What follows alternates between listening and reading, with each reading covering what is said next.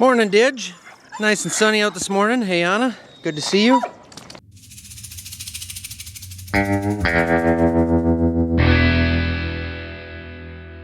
We definitely got some rain yesterday. There is no water standing in the fields, which is fantastic. That's good. It was kind of a nice, like 3/4 of an inch that came down. It's gonna be really good for what we got in. A little bit cool today, a little bit cold overnight. Actually was down to about 30 degrees, but overall, good deal. We've got roughly 2/3 of our corn crop in right now, so I guess that leaves a third to go, if you do the math, if I did that correctly. And conditions have been really good. We're probably about a week ahead of average, maybe even just a little bit more at this point. You got something to say, Buzzer? Come here. Or you just, go ahead, roll in the sun. Yeah, good morning. We aren't gonna be in the field today because it's too muddy. I don't even know about tomorrow. We'll wait and see how that goes. But we got some odd job stuff that we need to do. You know, when it rains, there's always like a list that stacks up as you're working, and then when it rains, you gotta knock that list off. So we got a few things to do here. I will go through the field cultivator today. It's going to need some sweeps on it. Like that one right there is gonna get replaced. That one is not. There's probably 30 or so sweeps on there that I'll replace today. Sweeps, shovels, points, teeth, whatever you want to call them. The part that takes the dirt and goes, Fwah! But before I do that, I want to flush this system out just to make dang sure we have all of the Inhabit P product out because it's so corrosive. If you watched the last video, you saw me rinse out the planter. I want to make sure, even though this should be good to go, I'm just going to run fresh water, like a few gallons out of it anyway. There also was a very small leak coming from the tote when it was up top, and it dribbled down to the bottom. Gosh, you can't even hardly see it anymore, but I'm gonna pressure wash that off anyway. Just because I like to keep stuff nice.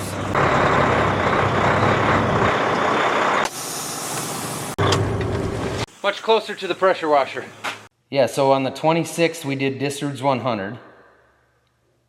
And the varieties there, we've got 198.25 on most of it. Okay. And we had a little bit of Cropland 3330 on the ends. That's a VT2, so we hated to mix those, but that's just the way it worked out. Yep. And then from there, let's see, I went to Stefan's home, then got planted the next day in the afternoon, so there's something in between there. But anyway, Stefan's home, I got 78 acres done there, all on the northeast side.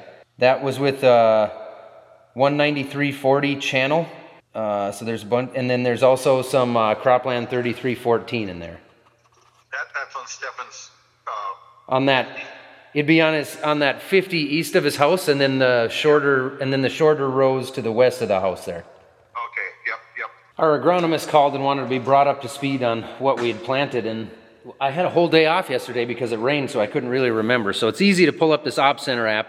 John Deere Op Center app will show you everything that you've done in every field with every machine. You can see right there, that is my hybrid map. So I've got my different hybrids in there that I programmed from the planter. I did 100.9 acres at an average of 51.9 acres per hour. There's my seeding metrics, my application rates, my information about my hybrids on there, my total applied, my skips, singulation, ground contact, ride quality, average speed, total fuel burned, everything. Even got the weather on there. Honestly, it's probably the handiest app that I have on my phone. For what I do, it's awesome to have, and I could sit there and stare at it all night long. I'll lay in bed and I'll just stare at how much fuel usage we had and what was the population here and there, and it's pretty cool.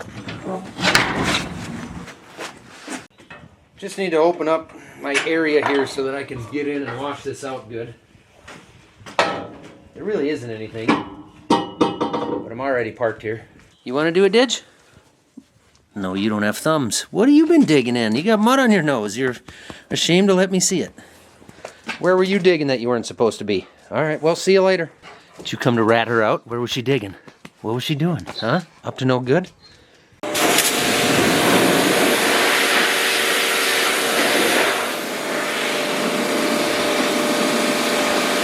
There, that's done. I'm gonna go in here where it's warmer. Except I want that door to go down, not up. It is just cold enough to be uncomfortable out there. Next thing I want to do is grease this thing. I greased the gauge wheels the other day, but there's other grease zerks on it that I just want to make sure they get hit. Planter's greased. Time to get the field cultivator in here, huh? And it's still like, it's just enough to be uncomfortably cold out here. It sure looks like a nice day. It is a nice day. I just wish it were 10 degrees warmer. 15, 20, maybe 30 even. No, not 30, 20.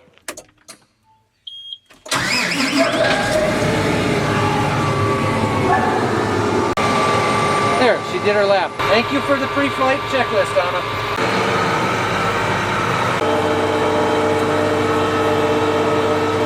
If you've been watching, you know that we had a track issue with this planter. I'll go back and show you guys, for those who have missed it, what's going on. But we have decided to continue planting with it this way and not take the time to fix it right now and just get things in the ground. In these tracks, they have what is called the rotational stoppers. So these right here, these stoppers sit right up against this piece here when the planter's down going across the field. Now a track can't roll over a rock or an obstacle the same way a tire does. This track has to teeter up and then get over it and teeter back this way. Train, I'm trying to talk here. So that's what those rotational stoppers do, is they'll hit the frame and lift the frame up before over-rotating and damaging something else. Those stoppers are actually built to break. I found this out. I talked to an engineer at Susi, which is the company that builds these tracks. They build them for the John Deere planters as an option to put on the planters. Those are built to break if you hit something just wrong, just right, however you want to say that. Which is what I did. I hit a rock going about 8 miles an hour across the field, and it had to teeter up this way really hard, and it broke those stoppers. So this track right here, you can see where the casting has broke there. So it's gonna need a whole new casting inside the guts of this planter, and it broke it on both sides. This is not something that we can weld here at the farm. This is a non-malleable cast. The whole piece would need to go in and be heated up, and it would all need to be brought up to temperature, basically really hot.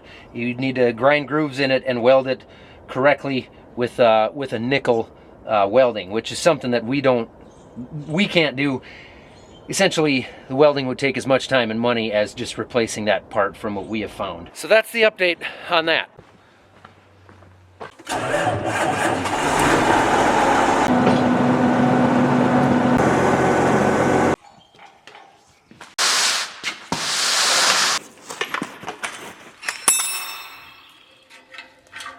When there's nothing broken, this is a pretty simple job.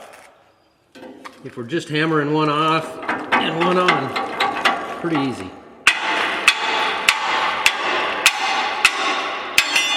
Just a little noisy and a little dirty.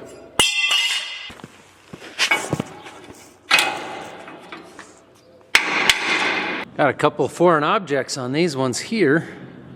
Can't reach that one.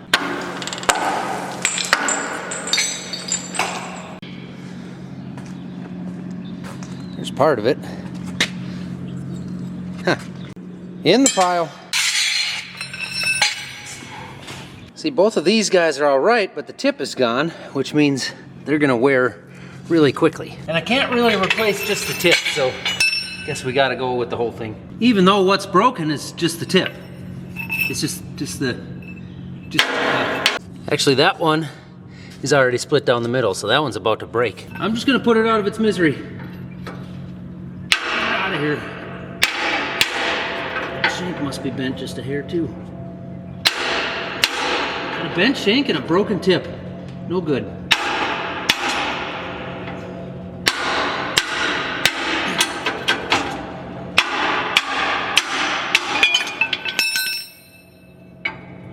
Another foreign object.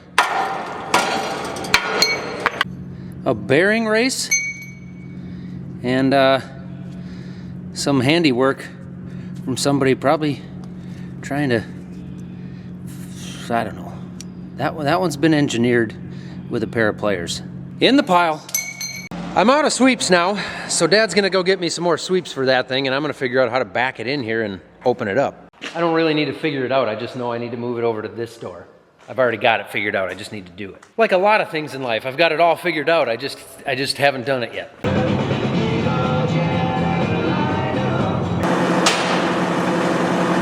'cause it's here that I got to stay. Got a couple more off here while I wait for Dad to get back with some new ones, but check this out.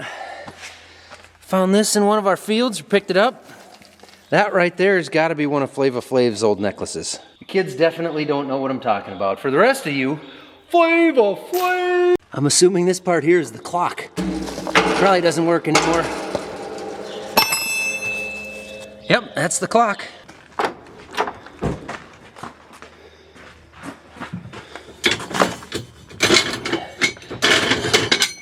They swapped with you. Yeah, they did. They got boxes and boxes of sweeps. I figured they would, yeah, especially now. Yeah. I gotta unfold the other wing now, Didge. You'll be safe right here, but the noise is gonna disturb you. You too. Just, you're fine right there.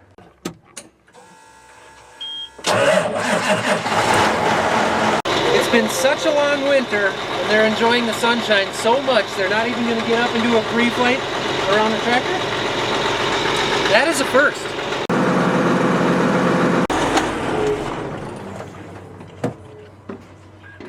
She moved. Oh, look at that.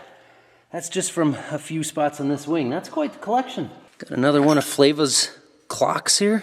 A little bit of drain tile, old log chain, and some lasso from an old cowboy. A couple more here with broken noses. Keep the dirt out of my head.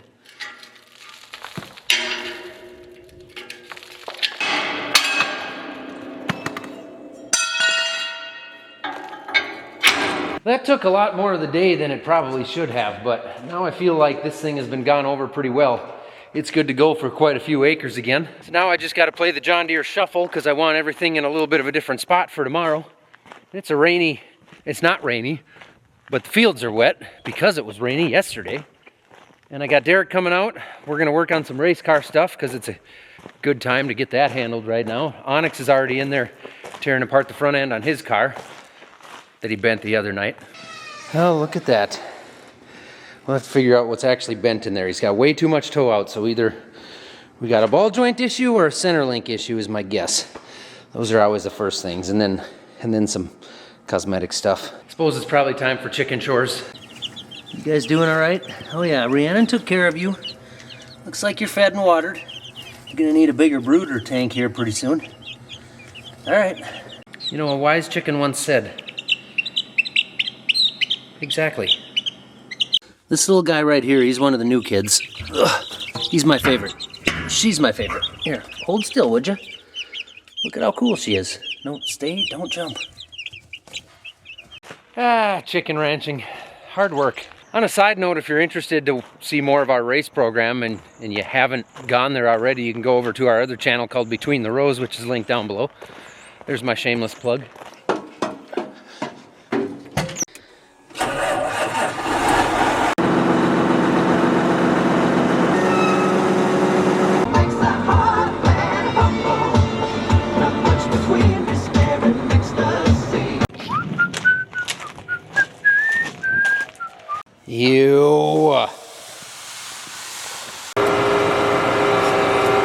Just a reminder, if you're not on Pepperbox, I am over on Pepperbox, which is a whole different app.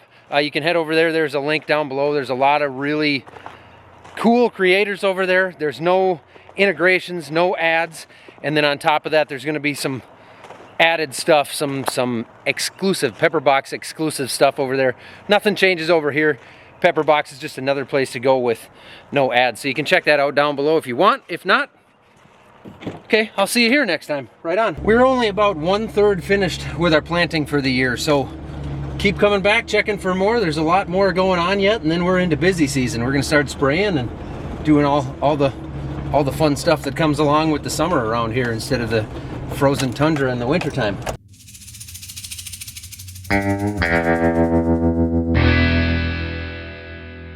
Okay, toodles.